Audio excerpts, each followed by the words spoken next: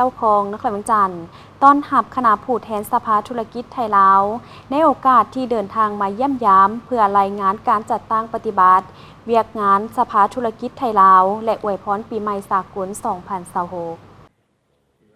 ในวันที่ 19 มังกร 2026 ที่ห้องว่าการปกครองนครเวียงจันทร์ท่านอาจสะพังท้องศรีพันดรเจ้าของนครเวียงจันทร์ได้ต้อนรับการเข้าเยี่ยมคำนับของท่านจตุรงค์บุญนาคประธานสภาธุรกิจไทยลาวพร้อมด้วยคณะในโอกาสที่เดินทางมาเยี่ยมยามเพื่อรายงานการจัดตั้งปฏิบัติเวียกงานสภาธุรกิจไทยลาวและอวยพรปีใหม่สากล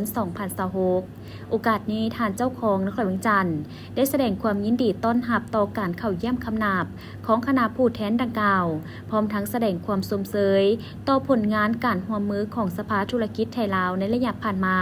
ที่เห็นว่ามีหลายแขนงได้รับผลสำเร็จเป็นต้นแมนการค้าการลงทุนและท่องเที่ยวที่นับมือเพิ่มขึ้นนอกจากนี้ก็ยังมีทางด้านสาธารณสุขและการศึกษาโอกาสนี้เจ้าของนครเวียงจันทร์ยังได้อวยพรให้คณะผู้แทนสภาธุรกิจไทยลาว